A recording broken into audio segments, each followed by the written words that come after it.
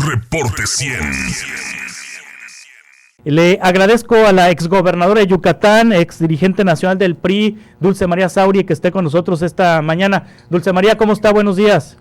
Muy buenos días y a sus órdenes. Gracias, Dulce María. Ayer platicamos con Rubén Moreira en este espacio y dice Rubén Moreira que el PRI decidió echar fuera de sus principios, de su ideología, de sus programas, el neoliberalismo. Y yo le di una lista de nombres de quienes se han opuesto a la asamblea que ocurrió este fin de semana y la ubicó usted como neoliberal.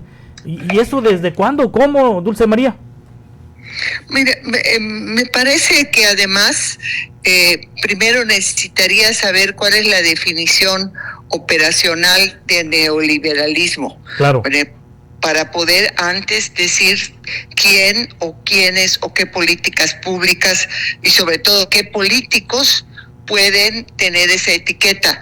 Yo no llamaría a Rubén Moreira un gobernador neoliberal porque estuvo durante justamente la época en la que se identifica más las políticas neoliberales al frente del estado de Coahuila y las aplicó plenamente. Sí.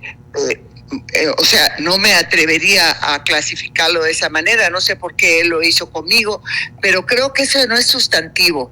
Lo que importa es que hubo una asamblea nacional en la que hubo resultados apresurados, confusos. Usted acaba de dar un ejemplo exacto de la confusión, y que a final de cuentas solo tenía el propósito de quitar el candado para la reelección del dirigente nacional. Sí, Dulce María, ¿cómo debe ser una asamblea? ¿Cómo han sido históricamente las asambleas del PRI?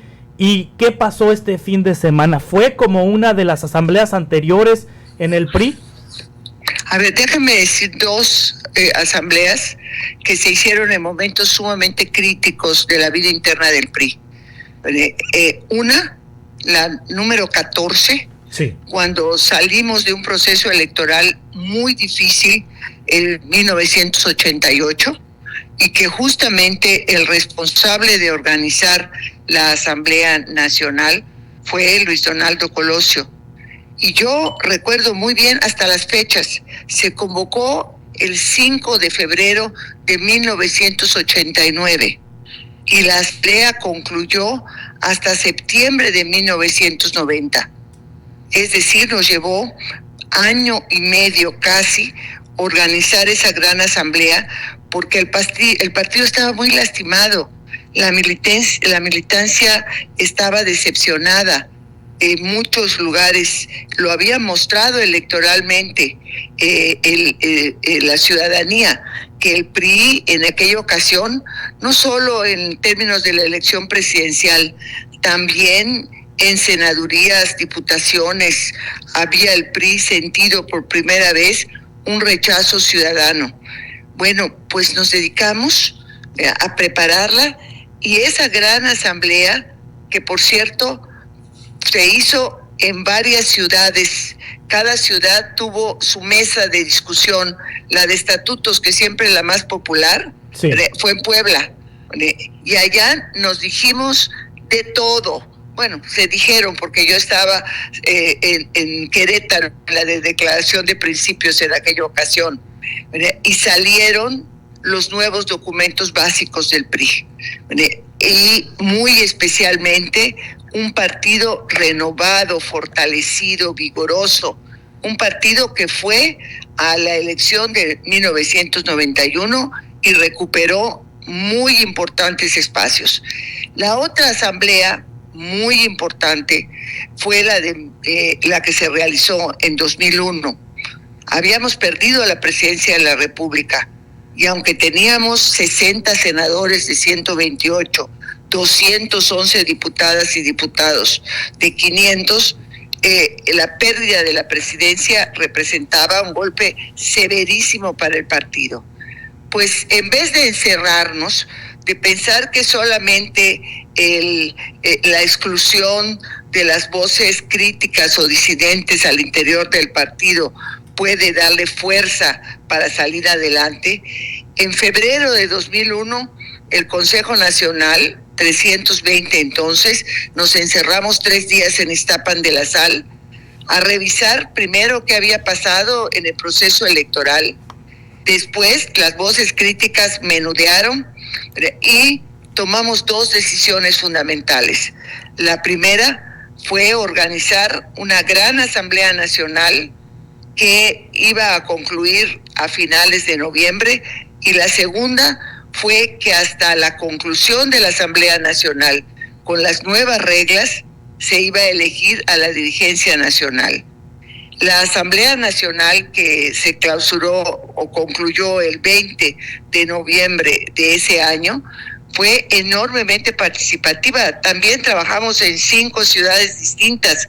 Ahora le tocó a Veracruz ser la sede de la mesa de estatutos, que siempre había sido la más caliente, la de mayor discusión interna.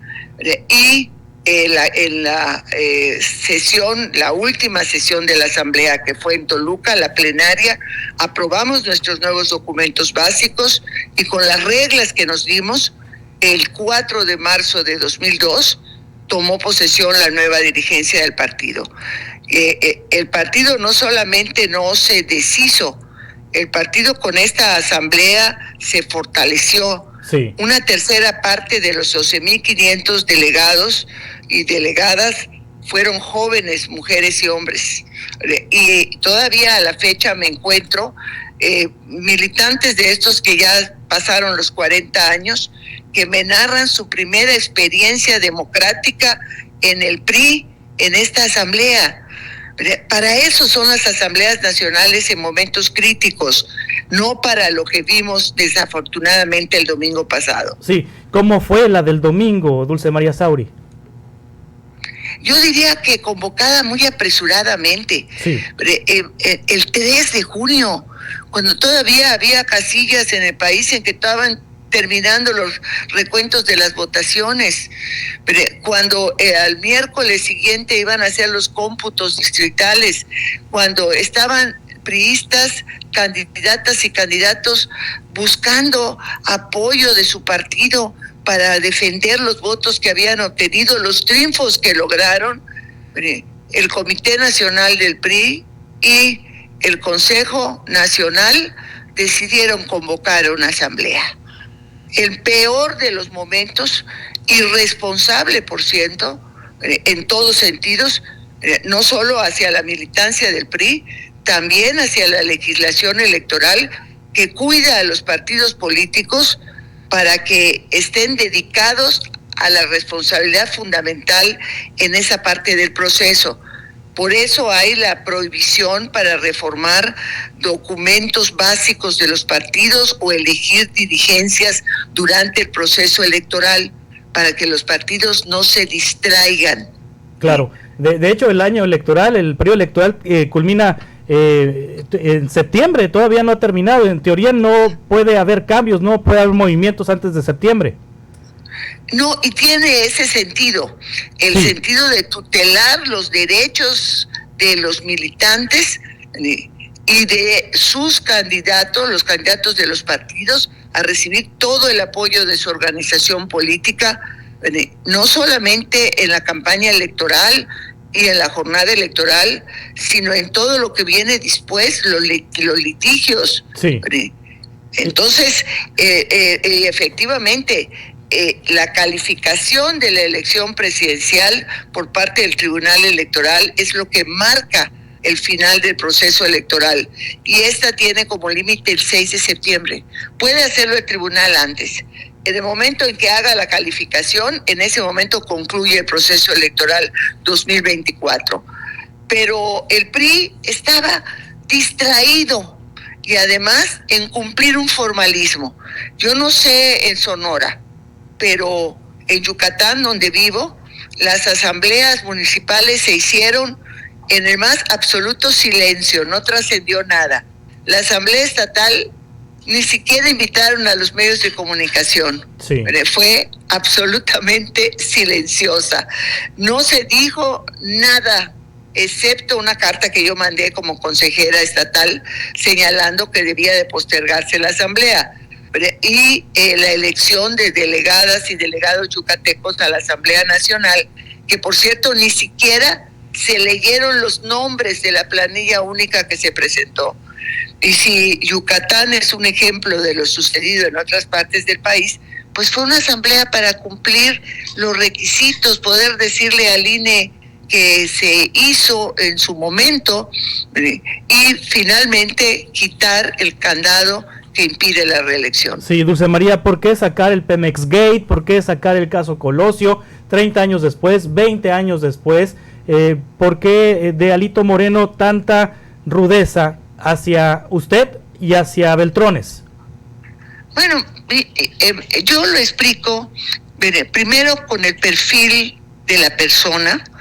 Yo no entiendo cómo un dirigente nacional, hoy sorprendida, leía en una columna de un periódico de la Ciudad de México que se describe a sí mismo como perro de presa. O sea, no sé cómo calificar una actitud en un dirigente de una organización política, más cuando se trata del partido histórico de la Revolución Mexicana. A ver, culpar al pasado, ¿no le suena a algo conocido? Sí, pareciera bueno, que estuve escuchando a un dirigente de Morena. No, al presidente López Obrador. Bueno, pero, sí. pero yo pienso que desgraciadamente para nosotros el presidente del Comité Nacional del PRI es una caricatura del presidente López Obrador. Mala, bastante mala, por cierto, ¿no? Sí. Entonces, culpar al pasado, y a un pasado que absolutamente ha sido ventilado hasta la saciedad, me parece solo un intento muy malo, por cierto, de distraer el asunto de lo fundamental, que es que se quitó el candado que impedía la reelección en el PRI y por lo tanto el establecimiento de cacicazgos. Sí, Dulce María, finalmente va a impugnar usted está encabezando esta impugnación. Vamos a impugnar ante los órganos electorales y también ante la propia comisión interna que tiene el PRI para estos efectos. Desde luego en el PRI no hay esperanza, pero es una parte del procedimiento que hay que cubrir, y estamos haciéndolo. Sí, Dulce María, muchas gracias por tomar esta llamada, estamos en contacto si le parece. Mucho gusto, hasta luego. Igualmente, es Dulce María Sauri, expresidenta nacional del PRI. Reporte 100.